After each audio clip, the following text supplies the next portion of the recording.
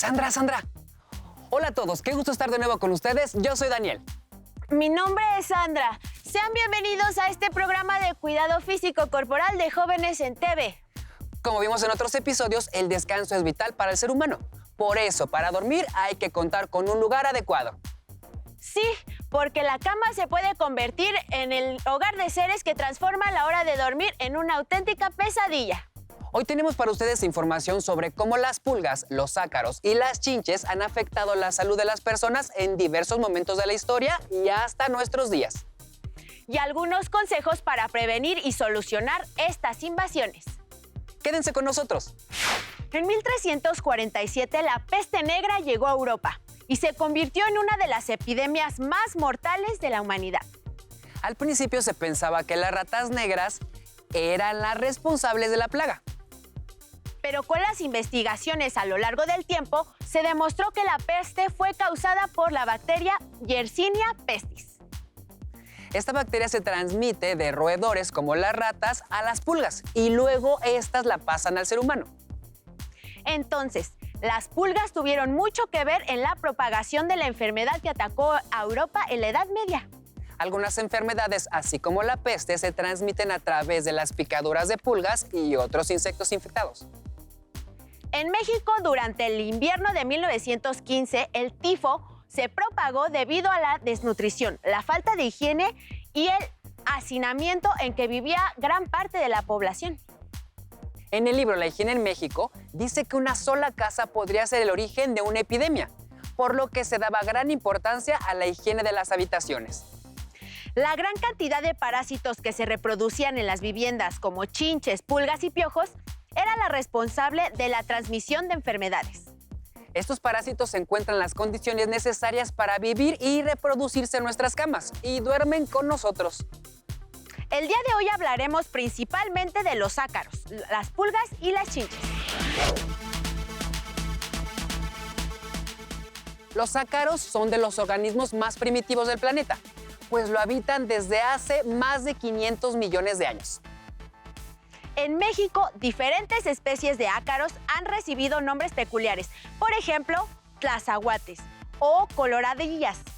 A los que aparecen en las gallinas se les llama corucos. Otra especie que hay en las plantas se conoce como arañas rojas. Las garrapatas son una especie de ácaro, también conocidas como tlalajes, tostoneras, conchudas, tullidoras o como Juan Rulfo en Pedro Páramo las nombró, turicatas.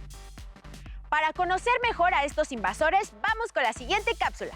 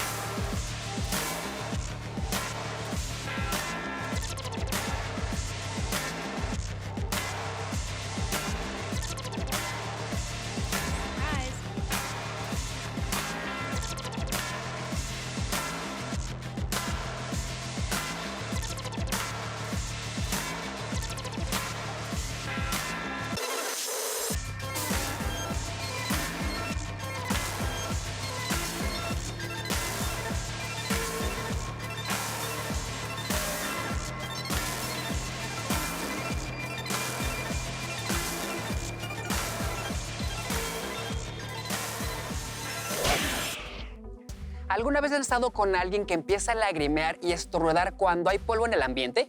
Por lo general pensamos que es alérgico o alérgica al polvo. Según la Sociedad Española de Alergología e Inmunología Clínica, el polvo no produce alergia. Lo que pasa es que el polvo puede contener partículas de ácaros, esporas de hongos y polen.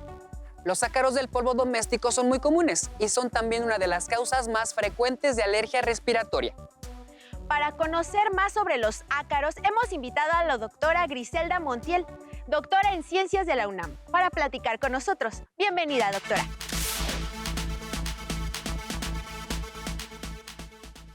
Bueno, pues muchas gracias por la invitación.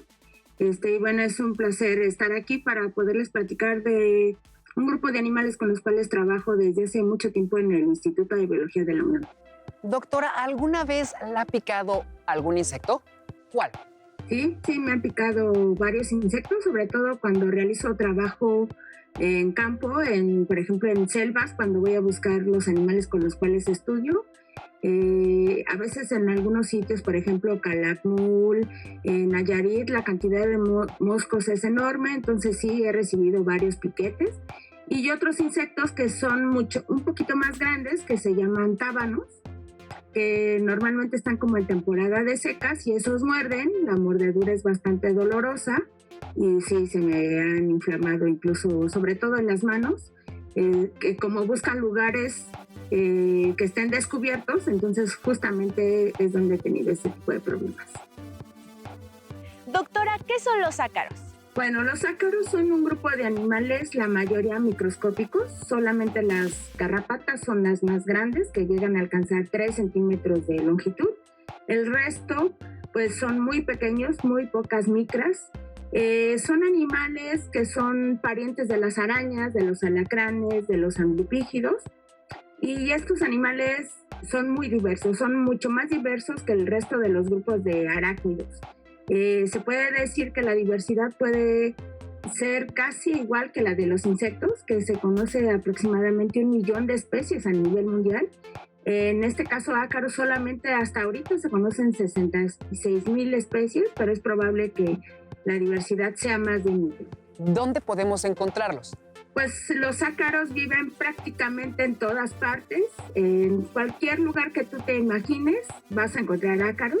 En la parte terrestre los tenemos pueden estar asociados a prácticamente todos los animales, incluyendo el hombre, a plantas, están en el suelo, asociados a vegetación, en graneros, pero también hay acuáticos, y podemos encontrarlos en el mar y en aguas dulces, ¿no?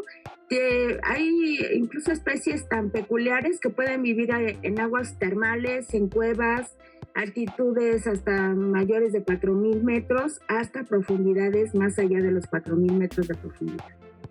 ¿Cómo saber si hay ácaros en nuestra cama? Bueno, actualmente es un grupo, como les dije, los ácaros viven en prácticamente todas partes y seguramente en nuestra casa, aunque no tengamos problemas de alergia, seguramente hay, ¿no? Cuando ya empezamos a detectar especies que particularmente causan estos problemas de alergias o que viven en nuestros colchones, es cuando la gente empieza a detectar que tiene algunos síntomas, por ejemplo, ojos irritados, estornudos constantes.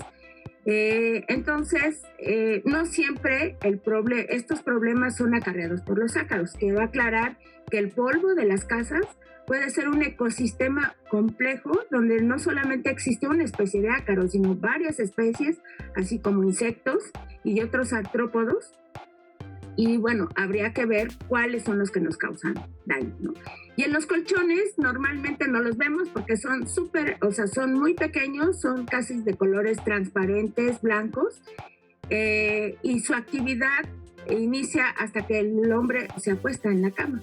Entonces ellos normalmente se alojan en las orillas de los colchones y cuando la gente se va a dormir, ellos empiezan a caminar alrededor del humano, pero para alimentarse de las descamaciones de la piel, del pelo, directamente no nos causan daño. Lo que nos causa daño son las excretas de estos ácaros que tienen unas proteínas que son los que desencadenan todos estos problemas de alergia. Muchas gracias, doctora Griselda. Más adelante regresamos con usted para seguir aprendiendo. Las pulgas son conocidas como portadoras de enfermedades en muchas partes del mundo. Las reacciones de las personas que son picadas por pulgas varían, desde pequeños puntos con una ligera inflamación hasta afecciones generales en toda la piel.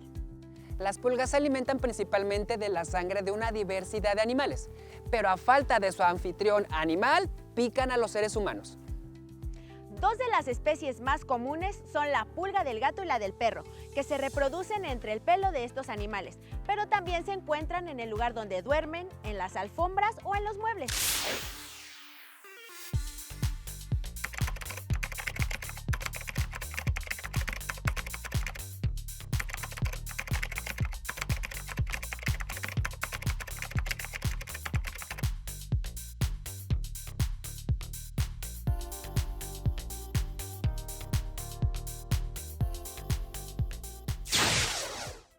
Otro de los invitados no deseados que pueden llegar a nuestras casas y dormir con nosotros son las chinches.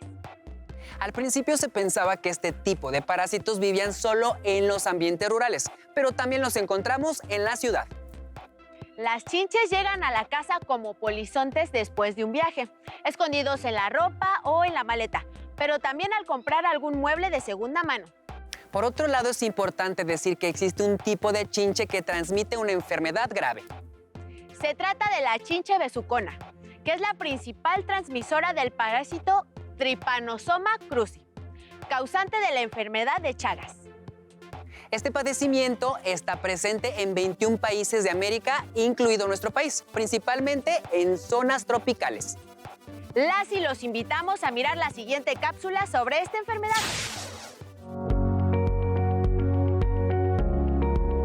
Hola, soy Carlos Chagas. Hace más de 100 años descubrí el primer caso de la enfermedad que hoy lleva mi nombre.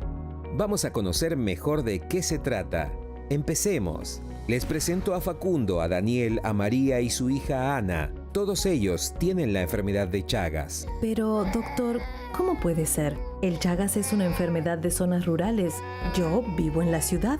Eso cambió. Las migraciones hicieron que hoy podamos encontrar Chagas tanto en el campo como en las ciudades. Empecemos por Facundo. Vives en una casa en el campo y el insecto que transmite la enfermedad te picó mientras dormías. Por eso, entre otras medidas, la aplicación de insecticidas en las viviendas y sus alrededores es una de las claves para combatir al insecto vector de esta enfermedad.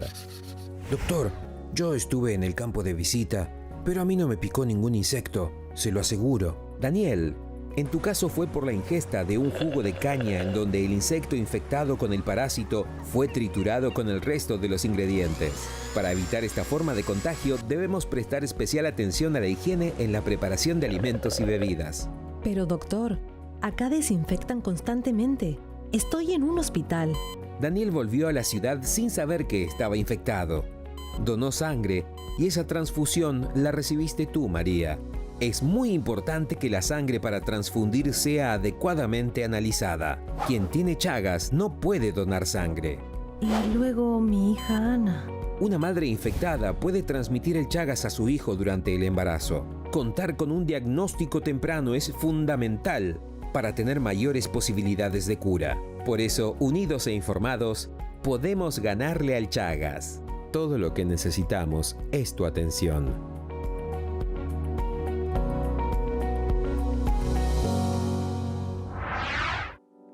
Qué importante es cuidarnos de las picaduras de estos parásitos que pueden afectar nuestra salud y transmitirnos enfermedades.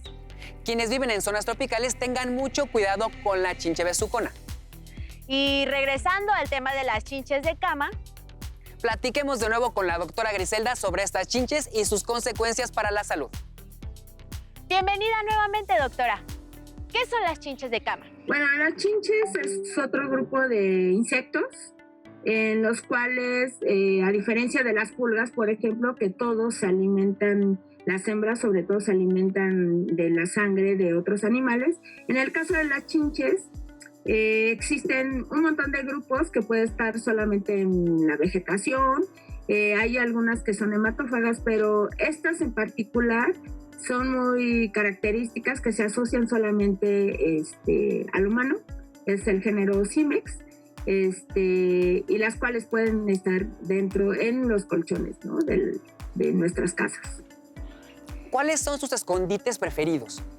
Igual que los ácaros, les gustan las orillas de los colchones. Justamente es un sitio como hay protección durante el día, pues entonces ahí estos animales se sienten seguros y obviamente también la actividad de ellas inicia cuando el humano llega a acostarse al colchón.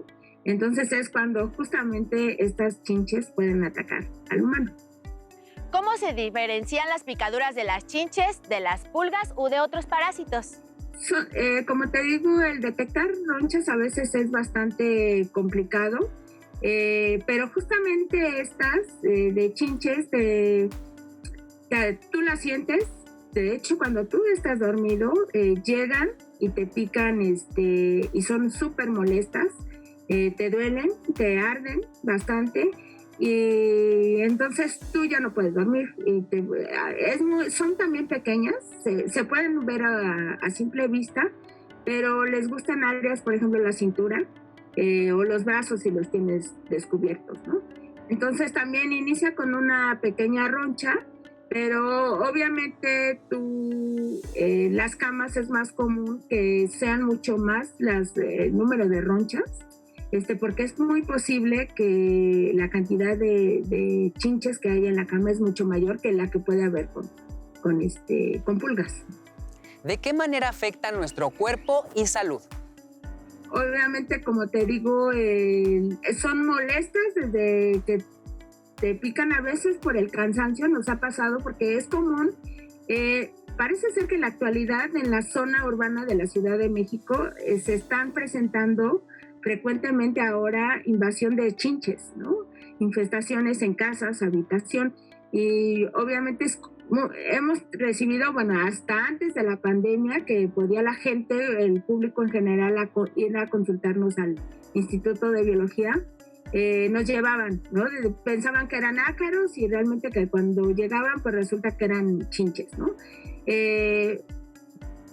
Obviamente parece que se está incrementando bastante, hemos sabido de varios casos, y bueno, esto puede ser porque aunque tú hagas control, a veces hemos visto que en casas, en departamentos, la gente que llega y te hace un buen control, ¿no? Evitando que haya chinches, que te tienes que fijar sobre todo en el área, ¿no? Y también cuidado, porque hay que revisar detrás de cortinas, porque muchas veces hay que ver por dónde están entrando nuestras chinches, porque se pueden desplazar fácilmente, ¿no? Y hemos visto casos en los cuales el departamento de abajo justamente tiene chinches y llega, se sube, se puede meter por las ventanas y puede invadir nuestras casas, ¿no? A veces no hacen control ya en la gente del departamento de abajo y entonces es muy difícil hacer el control si no tratas, ¿no? Por ejemplo, todo el edificio en ese caso. ¿Solamente pican de noche? Sí, solamente te digo, ellas están, igual que las pulgas, están resguardadas en nidos. De hecho, por ejemplo, hay algunas especies de símex solamente asociadas a aves, entonces también estaban en nidos, ¿no? Normalmente buscan lugares oscuros y cuando ya sienten o detectan la presencia del humano en las camas, es que entonces empiezan su actividad para poderse alimentar. Muchísimas gracias, doctora, por todo lo que aprendimos el día de hoy.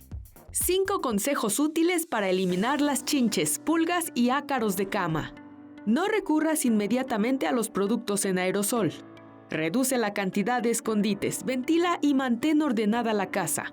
Lava regularmente las sábanas, cobijas, almohadas, colchas y cualquier ropa de cama. Si cuentas con aspiradora, úsala en los lugares donde se esconden estos parásitos. El último recurso es contratar a un profesional en el control de plagas. Estamos llegando ya al final de nuestro programa, pero no podemos despedirnos sin antes haber compartido un momento de ejercicio. Levántense de la silla, vamos a mover el cuerpo. ¿Qué tal? Buen día, soy Edwin Sánchez, entrenador de triatlón. El día de hoy vamos a hacer una cápsula que tiene que ver con la natación, específicamente hablando del estilo de crawl. El estilo de crawl es un estilo coordinado donde trabajamos brazos de manera opuesta, ¿ok? Y su eficiencia radica en que continuamente estamos ejerciendo una propulsión sobre el agua. Eso lo hace de un estilo eficiente y si aumentamos frecuencia de brazada, eso hace que seamos muy veloces. Es un estilo muy especial, precisamente para largas distancias también, porque es muy económico y eficiente cuando es bien ejecutado, ¿ok? El crawl es el estilo más rápido y es el estilo más resistente, tiene esa versatilidad, ¿ok? Entonces te voy a mostrar una forma de crear memoria muscular en tierra, independientemente de que tienes que trabajarlo en la alberca, pero en tierra puedes hacer algunos elementos que te ayuden a facilitar la memoria muscular y puedas trabajarlos más eficientes en el agua, ¿ok? Entonces, después de un calentamiento adecuado que involucra mucho estiramiento dinámico, el estiramiento dinámico tiene que ver con mover, en este caso, mis articulaciones de manera amplia, ¿ok? Las articulaciones que voy a ocupar, podemos hacer esto arriba abajo.